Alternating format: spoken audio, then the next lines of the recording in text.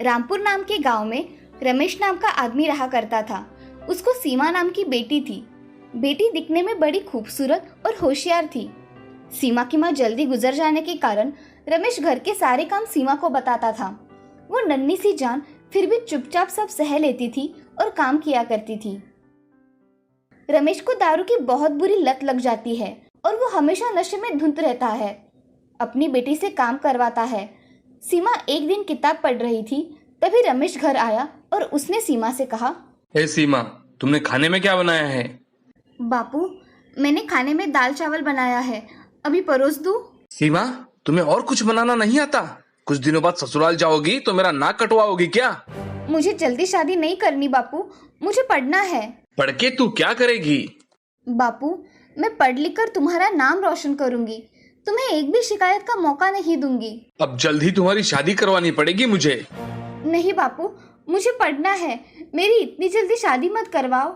वो मैं तय करूंगा, तुम मत सिखाओ मुझे। खाना खाकर रमेश सो जाता है। तभी सीमा एक जगह बैठकर मन में सोचती है, बापू ने माँ को भी ऐसे ही बोल बोल के हैरान कर दिया था, इसीलिए वो जल्दी मर गई और अब ये मेरी शादी करवाना चाहते हैं। मैं अब क्या करूं? मुझे तो कुछ समझ में नहीं आ रहा। सुबह बापू से बात करूंगी, शायद उन्हें समझ में आ जाए। ऐसा सोचकर सीमा थोड़ा बहुत खाना खाकर सो जाती है। अगले दिन सुबह उठकर सीमा अपने घर के काम कर रही थी, तभी रमेश नीचे आता है और सीमा से, सीमा, ओ सीमा, मुझे जल्दी से एक कप चाय पिला दो। सीमा रमेश को चाय बनाकर लेकर आती है और सीमा रमेश से, बापू चाय। हाँ दो, बहुत सर दर्द हो रहा है। सीमा रमेश को चाय दे देती है और रमेश से, बापू मेरी एक बात मानोगे? हाँ बोलो। ये दारू पीना छोड़ दो बापू, मुझे मेरे बापू स्वस्थ चाहिए। ऐसा कहकर रमेश चाय पीता है और तभी सीमा रमेश को शांत देख उससे, बापू मैं आगे पढ़ना चाहती हूँ, मैं आगे पढ़ सकती हूँ ना? तुझे कल समझाया वो तेरे समझ में नहीं आया क्या? कुल की लड़कियां घर का कामकाज करती है, ना कि बाहर का काम, समझी? चुपचाप से ये पढ़ाई छोड़ दे, वरना मैं तेरी सारी किताबें जला दूंगा। ऐसा कहकर रमेश वहां से जाने के लिए निकलता है। तभी सीमा बापू से, बापू मैं पढ़ लिख कर कुछ बनना चाहती हूँ, बापू आप मुझे पढ़ने देंगे ना? तुम्हें एक बात सीधे सीधे समझ में नहीं आती है क्या? बापू मैं पढ़ लिख कर जिंदगी में कुछ बनना चाहती हूँ, मगर तुम हो कि मेरी शादी करने पे तुले हो। तुम्हें समझ में नहीं आ रहा है क्या? मुझे पढ़ लिख कर कुछ बनना है। रमेश को अब बहुत गुस्सा आ जाता है। रमेश सीमा को एक जोर से चाटा लगाता है और बाल पकड़ के बोलता है, अगर तू तेरे माँ के साथ ही मर गई होती तो अच्छा होता, आज तेरी इतनी जुबान ना चलती। बापू नहीं बापू, मुझे मत मारो। रमेश और एक चाटा मारता है और कमरे में चला जाता है। तभी सीमा मन में, क्या समाज है हमारा? अगर बेटियों ने पढ़ना चाहा तो चूल्हा चौका कौन करेगा? उनके हाथ में संसार की भागदौड़ थमा देते हैं। मुझे बापू से फिर से बात करनी ही होगी। ऐसा मन में सोचकर सीमा घर के सारे काम खत्म कर लेती है और पढ़ाई करने बैठ जाती है। सीमा की पढ़ाई के प्रति लगन देख उसकी टीचर हमेशा उसकी तारीफ किया करती थी। एक दिन टीचर सीमा के घर आती है। सीमा घर पर है? आइए ना टीचर जी, बैठिए। टीचर को अपने घर पर देख सीमा बहुत खुश हो गई। टीचर को सीमा पानी देते हुए सीमा टीचर से, टीचर जी आपके लिए मैं चाय बना कर लाऊं? तुम्हें ये सब बनाना आता है? हाँ टीचर जी, मैं घर के लगभग सारे काम करने लगी हूँ। खाना थोड़ा बहुत आता है, पूरा नहीं आता। मगर सीमा ये तुम्हारी पढ़ाई की उम्र है, ये कामकाज करने की नहीं। मेरे बापू मेरी शादी करवाना चाहते हैं। मैं शादी नहीं करना चाहती हूँ, मुझे आगे पढ़ना है। मैं तुम्हारे पिताजी से बात करके देखूंगी, मान गए तो ठीक है। ऐसा कहकर टीचर वहां से पानी पीकर निकल जाती है।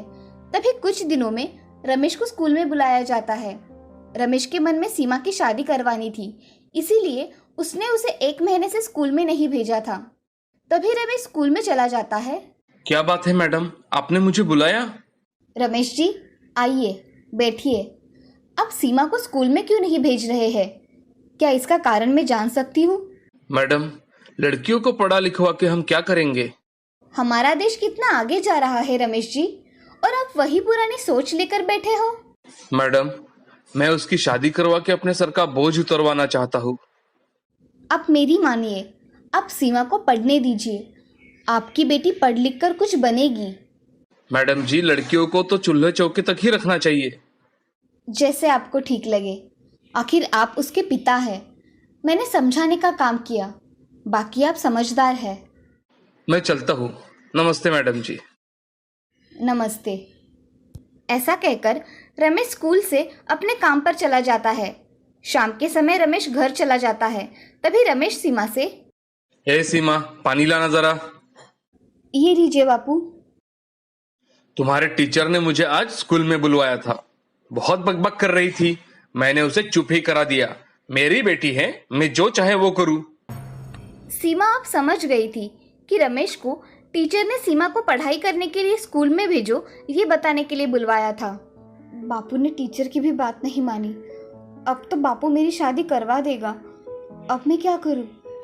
तभी रमेश सीमा से, क्या सोच रही हो सीमा? जाओ मेरे लिए खाना लेकर आओ। जी बापू, अभी लाई।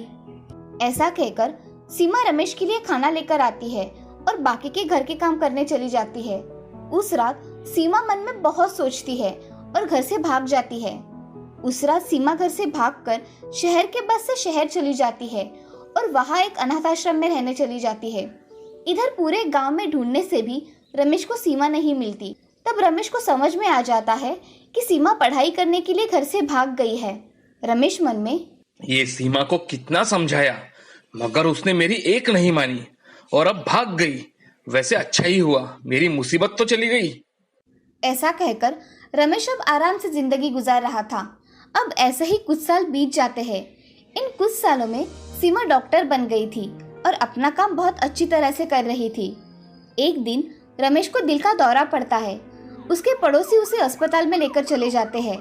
अस्पताल में जाने के बाद उसका ऑपरेशन करवाना था, इसीलिए उसके रिश्तेदारों को बुलाया गया, मगर उसका कोई रिश्तेदार ना होने के कारण उसके पास कोई नहीं था। उसका एक दोस्त शिवा ही था। शिवा डॉक्टर से, डॉक्टर, इनका ऑपरेशन करवाना पड़ेगा तो खर्चा कितना आएगा? लगभग 5 लाख तक खर्चा आएगा। आप पैसों का इंतजाम करके रखिए। मैं इसका दोस्त हूँ डॉक्टर, मेरे पास इतने पैसे नहीं हैं। मैं क्या करूँ? एक काम करिए, आप इन्हें लेकर शहर चले जाइए। शहर में सरकारी अस्पताल में इनका फ्री में इलाज हो जाएगा। धन्यवाद डॉक्टर साहब जी। ऐसा कहकर शिवा तुरंत रमेश को शहर में ले जाता है। उस अस्पताल में सीमा डॉक्टर थी, वो अपना काम कर रही थी। तभी उसके सामने उसके बापू दिखाई दिए और उन्हें उस हालात में देख उसे रोना आया। उसने खुद को संभाला और उनका ऑपरेशन करने के लिए ले लिया।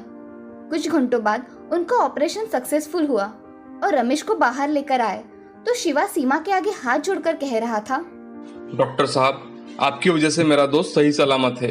आपका बहुत बहुत शुक्रिया। चाचा जी, अपनों का कोई शुक्रिया करता है क्या? मैं कुछ समझा नहीं। मैं सीमा हूँ चाचा। शिवा को सीमा को डॉक्टर बने देख बहुत खुशी हुई और उसने उसे गले लगा लिया।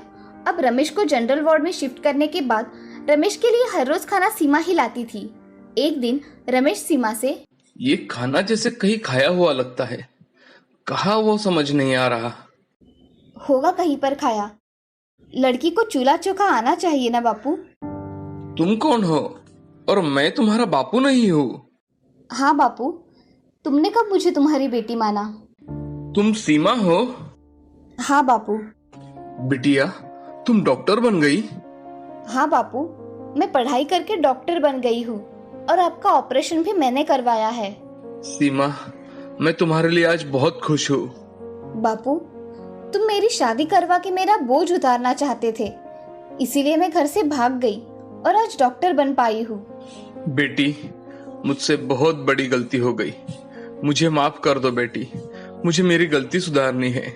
कृपया मुझे माफ कर दो। ऐसा कहकर रमेश फूट फूट कर रोने लगा। उसे देख सीमा के आंखों में आंसू आ गए और सीमा ने उन्हें शांत करवाया और उनके गले लग गई। ये सब देख शिवा भी बहुत खुश हो गया। अब रमेश का स्वभाव बहुत बदल गया था। अब रमेश को अपनी बेटी पर गर्व महसूस हो रहा था। तभी रमेश शिवा से, देखा शिवा, मेरी बेटी डॉक्टर बन गई। इसने मेरा नाम रोशन कर दिया। मैं बहुत खुश हूँ।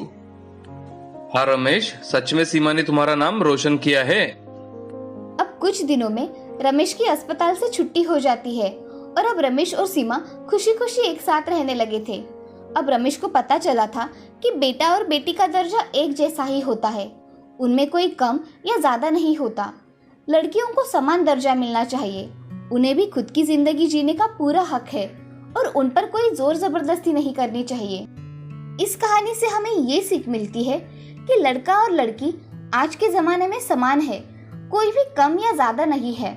लड़का और लड़की ये भेद छोड़ के उनको अच्छी शिक्षा कैसे दी जाए ये सोचना चाहिए और उन्हें खुद के पैरों पर खड़े होने के लिए मदद करनी चाहिए। एक सुंदरपुर नाम के गांव में शारदा अपने दोनों बच्चों के साथ रहा करती थी। शारदा का पति गुजर जाने के बाद शारदा ने अपने बच्चों की अच्छी तरह से देखभाल की थी। शारदा का बड़ा बेटा संजय शहर में नौकरी किया करता था। वो हर महीने पैसे अपनी माँ और बहन को भेजा करता था। रमा कॉलेज में पढ़ा करती थी। वो बहुत होशियार थी। एक दिन संजय एक लड़की को अपनी माँ से मिलवाने के लिए गांव लेकर आया। माँ, तुम कहाँ हो? अरे संजय, अचानक कैसे आना हुआ? और ये तुम्हारे साथ लड़की कौन है बेटा? माँ, ये सरला है। मैं और सरला एक ही ऑफिस में काम करते हैं। एक दूसरे को हम बहुत पसंद करते हैं माँ, इसलिए हम जल्द ही शादी करना चाहते हैं। ये तो बहुत अच्छी बात है बेटे, मुझे ये शादी मंजूर है। ऐसा कहकर संजय और सरला ने शारदा का आशीर्वाद लिया। तभी शारदा सभी के लिए खाना बनाती है और सभी खाना खाने बैठ जाते हैं। तभी सरला संजय से, संजय ये क्या खाना है? हमारे घरों में कितना अच्छा खाना होता है। गांव में ऐसा ही खाना बनता है सरला। मुझे तो ऐसा खाना गले के नीचे ही नहीं उतर रहा। तुम खाओ, मैं तुम्हारा बाहर इंतजार कर रही हूँ। ऐसा कहकर सरला वहाँ से चली जाती है। संजय भी थोड़ा बहुत खाकर वहाँ से बाहर निकल जाता है। सरला और संजय उसी दिन शहर के लिए निकल जाते हैं। कुछ ही दिनों में सरला और संजय शादी कर लेते हैं। उनकी शादी में उसकी माँ और बहन भी शामिल होते हैं, मगर सरला को वो गरीब होने के कारण पसंद नहीं आते। थोड़े दिनों बाद शारदा अपनी बेटी रमा के साथ अपने गांव चली आती है। गांव जाते ही शारदा काम करने लग जाती है। तभी गांव का एक आदमी शारदा से, अरे शारदा बहन, अब तो तुम्हारे बेटे की शादी भी हो गई है। बेटा और बहू दोनों भी कमाते हैं, फिर तुम्हें काम करने की क्या जरूरत है? भाई साहब, जब तक मेरी बेटी की शादी नहीं हो जाती तब तक मैं अपनी जिम्मेदारियों से मुक्त नहीं हो सकूंगी। हाँ बहन, हमारी जिम्मेदारियां कभी भी खत्म नहीं होती। ऐसा कहकर हरिया वहां से चला जाता है। अब शारदा लोगों के यहाँ मजदूरी करके कुछ पैसे रमा की शादी के लिए जमा कर रही थी। ऐसे में ही एक दिन शारदा को बहुत तेज बुखार आता है। शारदा का बुखार इतना होता है कि उसे अस्पताल में भर्ती करवाना पड़ता है। अस्पताल में भर्ती करवाने की वजह से अस्पताल का बिल बहुत आया। ये देख रमा बहुत चिंता में पड़ जाती है। तभी रमा संजय को फोन करती है तो सरला फोन उठाती है। हेलो भैया, मैं रमा बोल रही हूँ। मैं सरला बोल रही हूँ रमा। कहो, कैसे फोन किया था? भाभी, माँ को बहुत तेज बुखार है, उन्हें अस्पताल में भर्ती करवाया है। अगर आप भैया को बताएगी तो वो मेरी कुछ मदद कर देंगे। यहाँ तुम्हें क्या धर्मशाला दिखाई दे रही है क्या? जब चाहा तब फोन करके पैसे मांग रही हो। मेरा ऐसा कहने का मतलब नहीं था भाभी, मुझे सब पता है तुम्हारे कहने का क्या मतलब है। आइंदा से यहाँ फोन मत करना। ठीक है भाभी। ऐसा कहकर सरला फोन रख देती है और रमा को मन ही मन बहुत कोसती है। इधर रमा अपने माँ का इलाज उसके जमा किए हुए पैसों से करती है। अब कुछ दिनों बाद शारदा ठीक होकर घर वापस आ जाती है। तब उन दोनों के पास थोड़े पैसे थे। उसमें से रमा ने घर का थोड़ा सामान लाया और खाना बनाने लगी। तभी रमा खुद ही मन में, अब माँ ने और काम किया तो माँ और बीमार पड़ सकती है, अब मुझे ही कुछ ना कुछ काम करना पड़ेगा। ऐसा सोचकर रमा कुछ करने का सोचती है। तभी उसकी सहेली शमा वहाँ आ जाती है। शमा रमा से, रमा, इतना क्या सोच रही हो कि मैं घर में आई और तुम्हें पता भी नहीं चला? मुझे कुछ काम करना है शमा। माँ से अब काम नहीं होगा और मैं उन्हें कुछ करने भी नहीं दूंगी। रमा, तुम रोटियां कितनी अच्छी बनाती हो, क्यों ना तुम रोटियां बनाकर बेचो? हाँ शमा, तुम सच कह रही हो। मैं रोटियां बनाकर बेचूंगी तो मुझे अच्छे दाम मिलेंगे। रमा अगले दिन बाजार में गर्मा गर्म रोटी बनाकर बेचने लगती है। कुछ लोग रोटियों की खुशबू सूंघ वहाँ आते हैं। तभी रमा लोगों से, आओ आओ, गर्मा गर्म रोटी ले लो, गरम और ताजी रोटी ले लो। रमा ऐसे कह रही थी। तभी रमा के पास उसकी दोस्त सोनाली आ जाती है। सोनाली रमा से, रमा, तुम ऐसे रोटियां बनाकर बेच क्यों रही हो? माँ की तबीयत ठीक नहीं है, इसीलिए आज से मैं ये काम करूँगी, रोटियां बनाकर बेचूंगी। ये अच्छा विचार है रमा, मुझे 2 रोटियां दे दो। हाँ, अभी देती हूँ। ऐसा कहकर रमा सोनाली को 2 रोटियां देती है। सोनाली रमा को 15 रुपए दे देती है। उसकी रोटी की खुशबू सुन बहुत से लोग उसके दुकान पर आते हैं और रोटी खरीदना शुरू करते हैं। रमा की रोटियां इतनी मुलायम होती है कि लोग उसकी रोटियां खरीद लेते हैं। ऐसे ही दिन बीत रहे थे। अब रमा बहुत मेहनत करके रोटियां बनाती और बाजार में बेचा करती थी। एक दिन बड़े होटल का मालिक रमा के पास आकर, क्या आप ही हो रोटी बनाने वाली रमा? हाँ, मैं ही हूँ रमा, कहिए क्या काम था? जी, मेरा होटल है, मैं आपको रोटियों की ऑर्डर देने आया हूँ। क्या आप मेरा ऑर्डर पूरा करके देगी? कितनी रोटियां चाहिए आपको हर रोज के लिए? मुझे 100 रोटियां सुबह और 100 रोटियां शाम को चाहिए। क्या आप ये ऑर्डर दे पाएंगी? हाँ, मैं सुबह और शाम रोटियां आपको पहुंचा दूंगी। आप मुझे आपका होटल का पता दे दीजिए। ये लीजिए मेरा कार्ड, कल से आप रोटियां लेकर आना। ठीक है साहब, धन्यवाद। ऐसा कहकर होटल मालिक वहां से चला जाता है।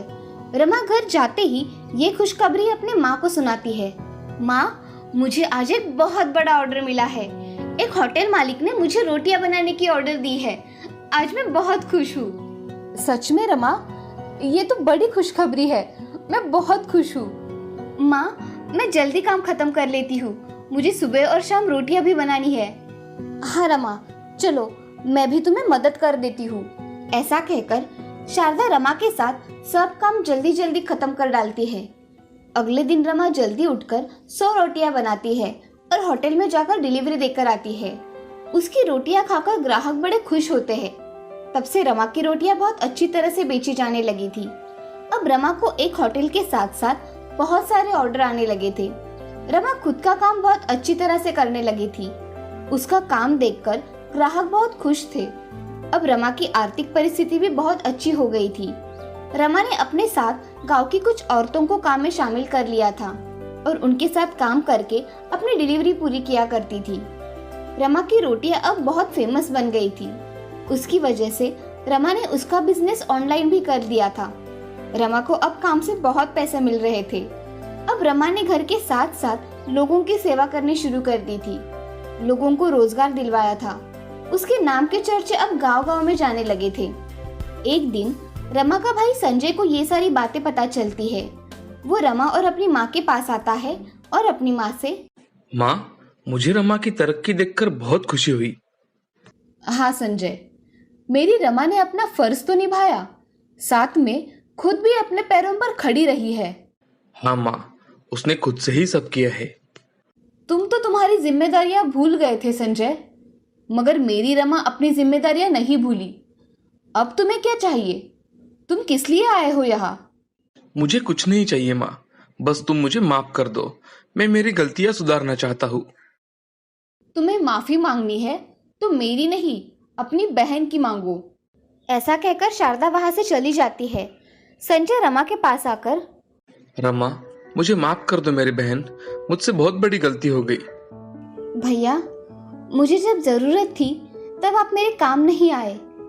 आज मेरी परिस्थिति अच्छी देखी तो आपको आपकी गलती का एहसास हुआ। रमा, मुझे सच में माफ कर दो। मैं आगे से ऐसा नहीं करूँगा। ठीक है भैया, मैंने आपको माफ कर दिया। आज से आप माँ का दिल कभी नहीं दुखाओगे। हाँ रमा, हम दोनों माँ का अच्छी तरह से ख्याल रखेंगे। रमा, तुमने मुझे माफ तो किया ना? हाँ भैया। ऐसा कहकर संजय और रमा गले लग जाते हैं। ये सब देख शारदा के आंखों में आंसू आ जाते हैं। अब रमा का बिजनेस भी अच्छी तरह से चलने लगा था। रमा अपने काम के दम पर करोड़पति बन गई थी और उसकी तरक्की देख गांव की लड़कियां प्रेरित हो रही थी। इस कहानी से हमें ये सीख मिलती है कि जिंदगी में कोई भी काम छोटा या बड़ा नहीं होता। काम को लगन से करना चाहिए। मेहनत करने वाला हमेशा सफल होता है, इसीलिए हमेशा मेहनत करनी चाहिए।